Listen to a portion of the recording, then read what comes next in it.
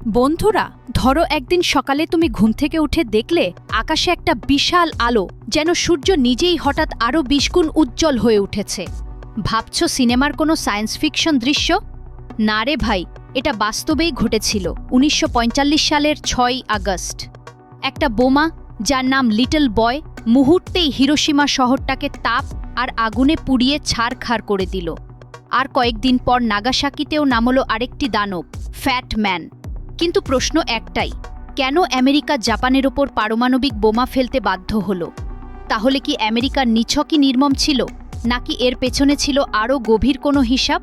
আজকে এই ভিডিওতে আমরা ঢুকে পড়ব সেই অন্ধকার ইতিহাসের ভেতর। কারণ গল্পটা কেবল বোমার নয়, বরং বিশ্ব রাজনীতির, মানুষের লালসা আর বাঁচার তাগিদেরও। দ্বিতীয় বিশ্বযুদ্ধের শেষের দিকে জাপান একদমই ঘায়েল বাঘের মতো হয়ে গিয়েছিল।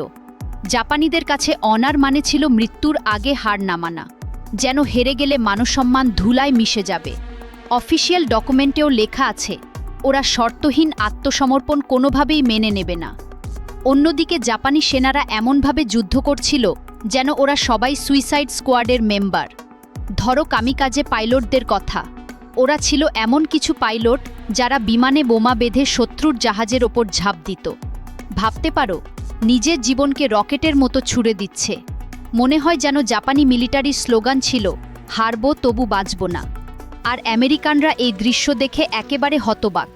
ওরা হিসাব করল, জাপান আক্রমণ করতে গেলে হয়তো আরও ২-৩ লাখ মার্কিন সৈন্য মারা যাবে। আর যুদ্ধ লম্বা হলে দেশের অর্থনীতি পকেট ফাটি অবস্থায় পৌঁছে যেত।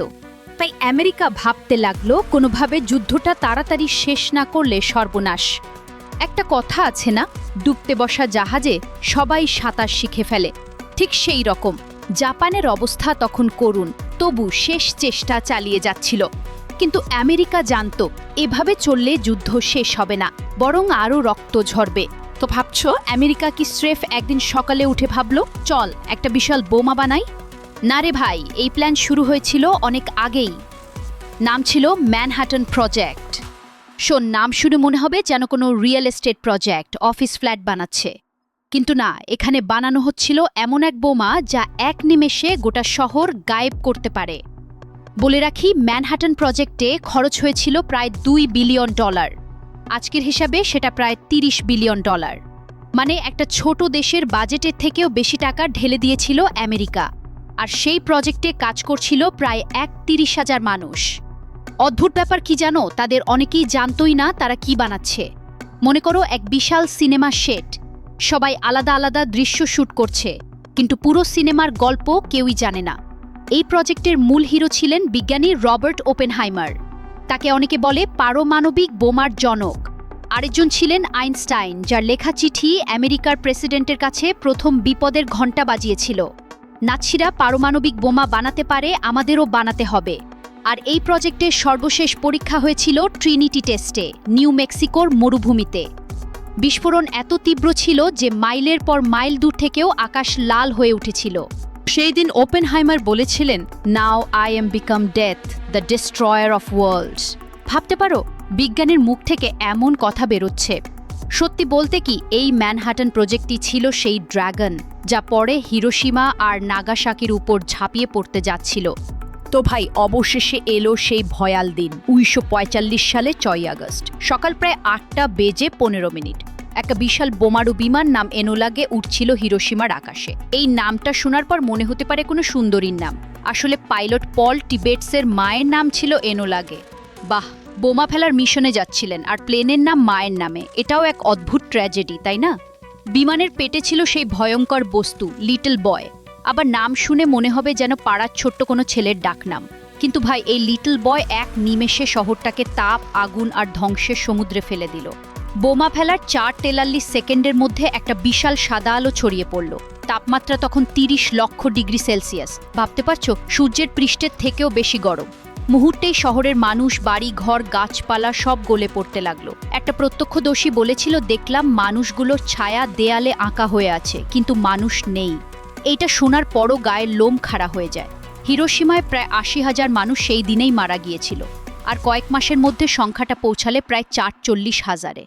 যেমন ধরো পল টিবেটস পরে বলেছিলেন, I had to do my duty but I can never forget that flash. সেই আলো যেন ওনার চোখে চিরকাল আটকে ছিল। ভাবতে পারো, 1 সেকেন্ডেই বদলে গেল গোটা ইতিহাসের মোড়। সেদিনই পৃথিবী বুঝে গিয়েছিল মানুষ এখন নিজের হাতে নিজের ধ্বংস করতে পারে। আর এই আক্রমণের পরও জাপান তৎক্ষণাৎ আত্মসমর্পণ করেনি। এই জন্যেই কয়েকদিন পরেই নামতে চলেছিল আরেকটা ভয়ঙ্কর দানব, ফ্যাট ম্যান। হিরোশিমায় সে বিভীষিকার পরেও জাপান একেবারে নট রেডি টু স্যারেন্ডার মুডে ছিল। ভাবতে পারো, একটা শহর প্রায় মুছে গেছে, তবু ওরা আত্মসমর্পণ করতে চাইছিল না। আমেরিকা ঠিক করল আরও একটা বোমা ফেলতেই হবে। 9 আগস্ট 1945। এইবার টার্গেট নাগাসাকি, যদিও প্রথমে টার্গেট ছিল কোকুরা। ভাগ্য কাকে বলে, সেদিন কোকুরায় আকাশে মেঘ ছিল বেশি। বিমান চালকরা চোখে কিছুই দেখতে পাচ্ছিল না, তাই তারা ঘুরে গেল নাগাসাকির দিকে। এ যেন সিনেমার দৃশ্য না? নাগাসাকির উপর ফেলল ফ্যাটম্যান। এই বোমার ওজন ছিল প্রায় 10,000 পাউন্ড। ফ্যাটম্যান নামটা শুনেই বোঝা যায় ইনি সাইজে বেশ হেভি ছিলেন। এই বোমার ডিজাইন ছিল প্লুটোনিয়াম বোমা, যা হিরোশিমার লিটল বয়ের থেকে আলাদা। লিটল বয় ছিল ইউরেনিয়াম বোমা। নাগাসাকির উপর বোমা পড়ার পর প্রথমে যেন কিছুই হয়নি, কিন্তু কয়েক সেকেন্ড পরেই আকাশে গজিয়ে উঠল বিশাল মাশরুম ক্লাউড। প্রায় 40,000 মানুষ সেই মুহূর্তেই মারা গেল, আর কয়েক মাসের মধ্যে সেই সংখ্যা 70,000-এ পৌঁছালে। শহরের একটা অংশ ছিল পাহাড়ে ঘেরা, তাই হিরোশিমার মতো একেবারে সমতলে সব উড়িয়ে দিতে পারেনি ফ্যাটম্যান। তবু ধ্বংসের কমতি ছিল না। এবার জাপান বুঝল আর কিছু করার নেই। এই 2 বোমা যেন জাপানের কানে শেষ ঘণ্টা বাজিয়ে দিল। সেদিন থেকেই বিশ্ব চিনে ফেলল নিউক্লিয়ার পাওয়ারের আসল চেহারা। তো আসল প্রশ্নে আসি, কেন আমেরিকা পারমাণবিক বোমা ফেলতে বাধ্য হলো? অনেকে ভাবতে পারে আমেরিকা বুঝি খালি দুনিয়াকে দাপট দেখাতে চেয়েছিল। হ্যাঁ, সেটা আংশিক সত্য, কিন্তু কাহিনী আরও গভীর। প্রথম কারণ, যুদ্ধ দ্রুত শেষ করা।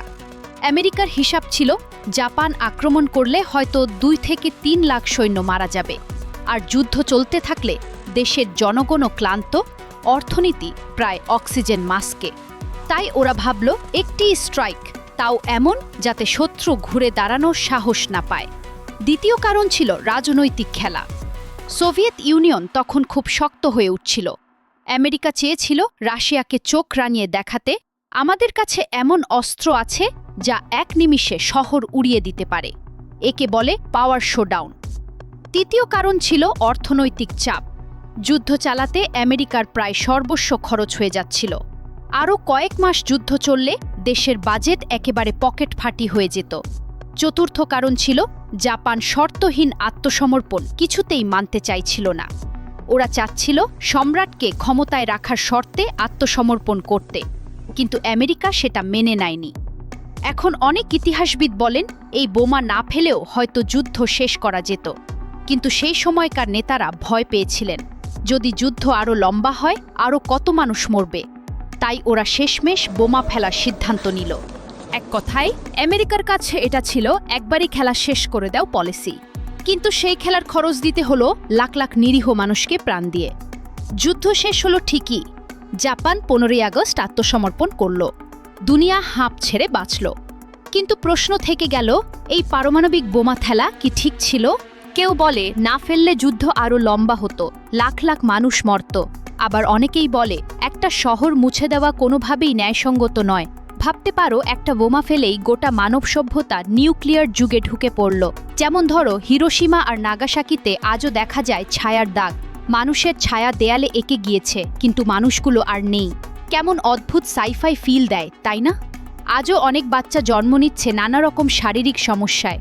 ডাক্তারেরা বলে বোমার রেডিয়েশনের প্রভাব আজও পুরোপুরি শেষ হয়নি। আরেক দিক থেকে দেখলে কেউ কেউ বলে যুদ্ধ তো যুদ্ধই, তখন সবকিছু ফেয়ার হয় না। এমনও তো প্রশ্ন আসে, মানুষের জীবনের চেয়ে বড় কোনো জয় কি আছে? আর হিরোশিমা শহরেই তৈরি হয়েছে পিস মেমোরিয়াল পার্ক, যেখানে লেখা আছে নেভার এগেন, যেন পৃথিবীকে বারবার মনে করিয়ে দেয় যুদ্ধের জয় মানেই মানবতার হার নয়। তো এই ছিল সেই ভয়ঙ্কর আর বিভ্রান্তিকর ইতিহাস।